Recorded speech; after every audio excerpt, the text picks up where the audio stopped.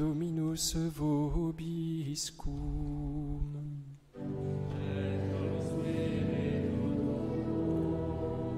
Sequentia Sancti Evangelii secundum Ioannem.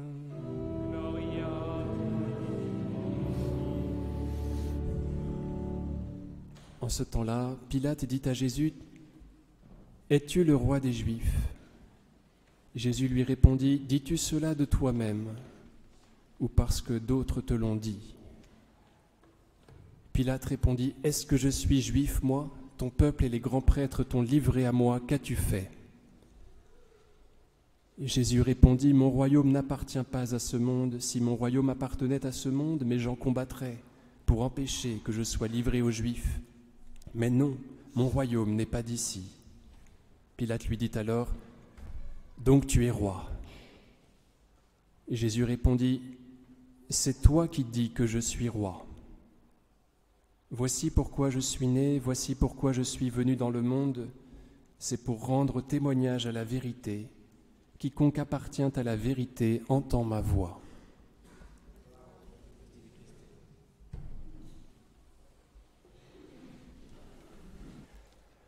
Au nom du Père et du Fils et du Saint-Esprit, ainsi soit-il. Le Seigneur, roi de l'univers, au sens vrai, sa royauté ne vient pas de ce monde, elle vient du ciel, elle lui a été donnée par son Père, mais il a bien l'intention de l'établir jusqu'en bas, dans tous les recoins du monde. Il veut régner partout. Il est en train de régner sur le cœur de Pilate déjà, vous voyez. Pilate est très intrigué par cet homme qui lui a livré, dont il a déjà entendu parler. Il n'a jamais entendu... Il a entendu des calomnies sur son compte, mais il voit bien que c'est un personnage assez illustre, certainement qu'il voit la lumière qu'il y a dans ses yeux. Il ne peut pas s'empêcher de lui demander « Es-tu le roi des Juifs ?» Et Jésus lui dit « Est-ce que par hasard tu ne serais pas en train de dire cela de toi-même ? Est-ce que ce ne serait pas ton cœur qui est en train de parler ?» À ce moment-là, Pilate se sent découvert. Il se sent en quelque sorte dominé par Jésus. Et c'est bien normal car Jésus est son roi. Alors il se rebiffe et il devient méchant. Il lui dit « Attends, je te rappelle que tu es couvert de chaînes. Les Juifs t'ont livré à moi. Qu'est-ce que tu as fait ?» Parce qu'il s'est senti découvert par Jésus. Alors le Seigneur Jésus lui dit ce qu'il a fait, qu'il est venu rendre témoignage à la vérité, que sa royauté n'est pas d'ici. Et à ce moment-là, Pilate, qui ne peut pas s'empêcher, lui dit « Alors tu es roi. C'est bien ça ?» Parce qu'il est très intrigué, vous voyez, il n'en démord pas. Et alors Jésus lui dit, « C'est toi qui dis que je suis roi. Laisse parler ton cœur. » Pilate, puisque Jésus vient de lui parler de vérité, va lui poser cette question, qu'est-ce que la vérité ? Et avant d'en recevoir la réponse de la part de Jésus, il sort parce qu'il ne veut pas entendre la vérité. Le règne du Christ bute contre Pilate, contre sa liberté, qu'il exerce à mauvais escient. Le Seigneur Jésus aimerait régner dans le cœur de ce roi et il n'y parvient pas parce qu'il respecte sa liberté. Il veut régner dans le cœur de ce roi pour que son règne s'établisse socialement sur la terre. Les soldats romains qui sont là, nous sommes à huis clos, mais il y a quelques soldats romains parce que Jésus est quand même un fauteur de troubles. Un soi-disant fauteur de troubles. Donc il y a des soldats qui sont là, qui entendent ce dialogue entre Pilate et Jésus à propos de la royauté du Christ. Et donc quand Jésus leur est livré en pâture, puisqu'il y a quelques sadiques parmi eux, eh bien, ils décident de lui faire une couronne. Il y a un bois de chauffage, nous sommes au printemps, il fait froid d'après l'évangile selon saint Jean, c'est un bois de jujubier. C'est un bois qui est tout hérissé d'épines, très solide, longue comme le doigt. Et c'est un bois aussi qui est hérissé de petites fleurs, de toutes petites fleurs blanches qui font penser à des pierres précieuses, vous voyez. Dans la parabole des mines, on entend dire de la part de personnages que le Seigneur Jésus met en scène, « Nous ne voulons pas que ce roi règne sur nous. » Pilate n'a pas voulu que Jésus régnât sur lui. C'est pareil pour ces soldats qui se moquent de Jésus et qui le couronnent d'épines.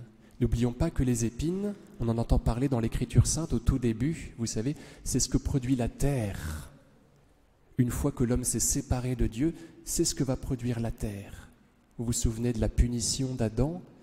Tu travailleras le sol à la sueur de ton front et ce sol ne donnera pour toi qu'épines et chardons.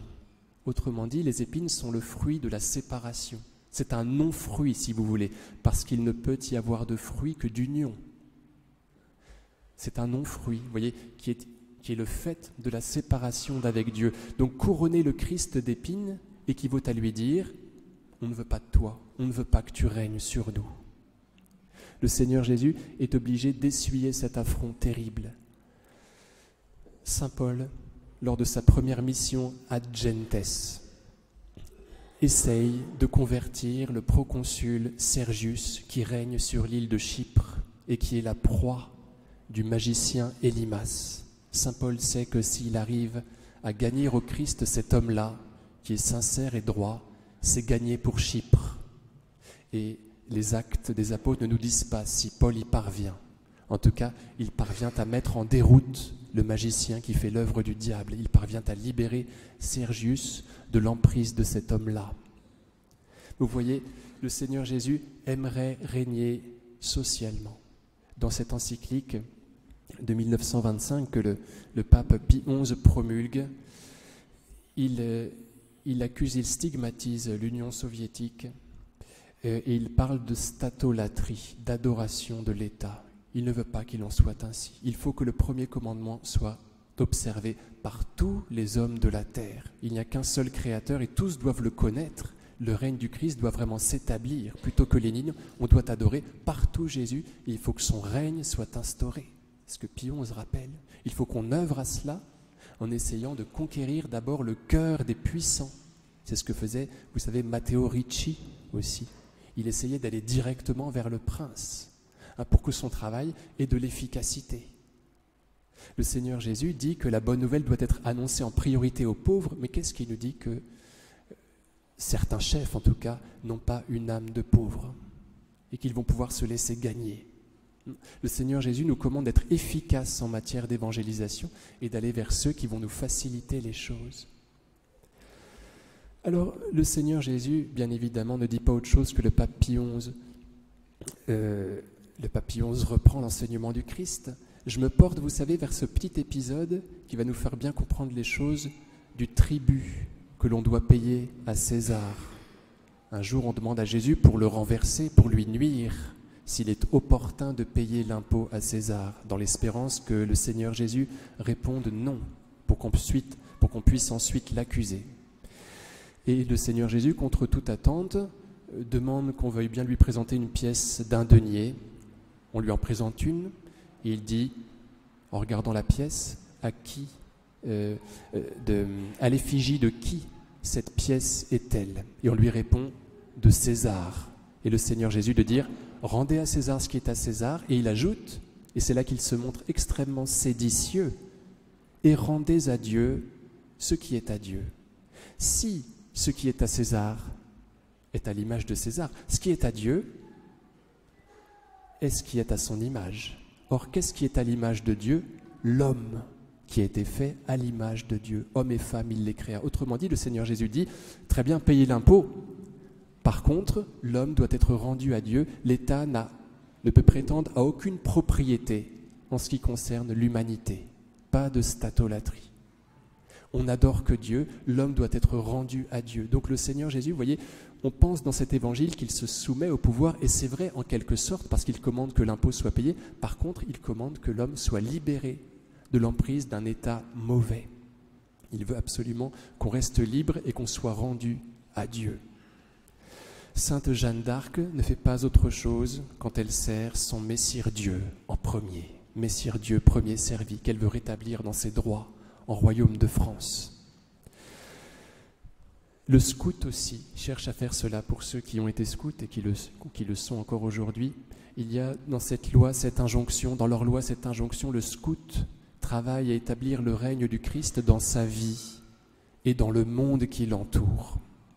Alors comment fait-on pour établir le règne du Christ? La réponse est dans le Notre Père, dans le Pater Noster. Notre Père qui êtes aux cieux, que votre nom soit sanctifié, que votre règne arrive. C'est d'abord par la prière qu'on fait advenir son règne. Qu'est-ce que le Seigneur Jésus nous demande de dire juste après? que votre règne arrive, que votre volonté soit faite sur la terre comme au ciel. Pour que le règne du Christ s'établisse, il faut que sa volonté soit faite sur la terre. Alors, sa volonté, c'est notre devoir d'État. Ce sont les injonctions de l'Esprit Saint qui nous sont soufflées au fur et à mesure de notre marche et que nous devons accomplir. Voilà, en observant la volonté de Dieu, en faisant en sorte qu'elle soit accomplie, on fait advenir le règne du Christ. Alors,